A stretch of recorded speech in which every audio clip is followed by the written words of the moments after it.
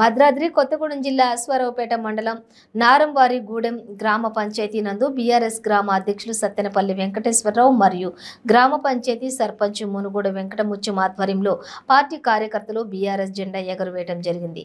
మరియు నారంవారిగూడెం బీఆర్ఎస్ కార్యకర్తలతోటి ఉట్లపల్లిలో జరిగే బీఆర్ఎస్ కార్యకర్తల ఆత్మీయ సమ్మేళనానికి బయలుదేరి వెళ్లడం జరిగింది.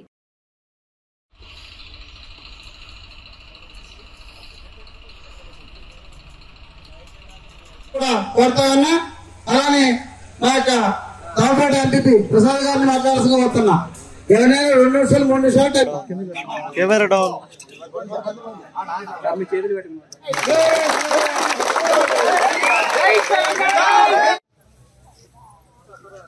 జెండా ఆవిష్కరణ మైకి మనం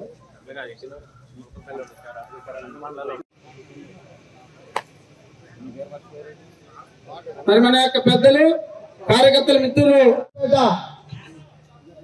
మండల పార్టీ ప్రధాన కార్యదర్శి జుజురు వెంకన్న గారిని మాట్లాడాల్సిందిగా వస్తా ఉన్నా.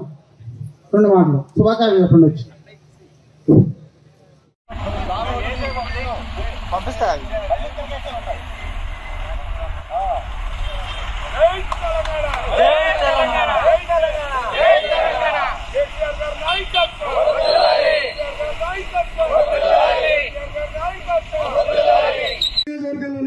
ఎక్కువగా నడుస్తుంది సీతారాం ప్రాజెక్టు కొన్ని వేల కోట్లతో.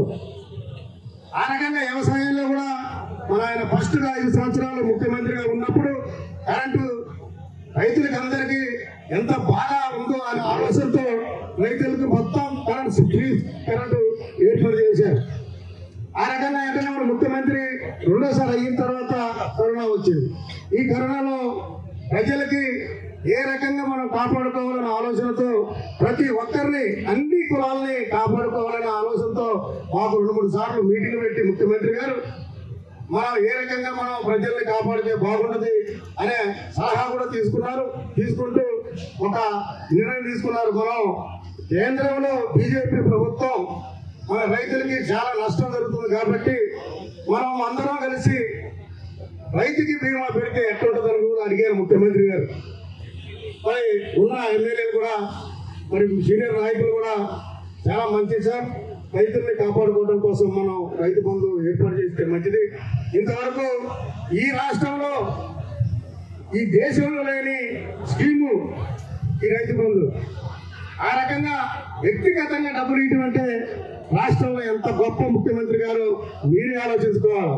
చాలా మంది ముఖ్యమంత్రులు చేశారు, అన్ని పార్టీలు రాజకీయ ముఖ్యమంత్రులు చేశారు. కానీ ఈ స్కీము వ్యక్తిగతంగా స్కీము, ఒక పక్క రైతు బంధు, ఒక పక్క దళిత బంధు.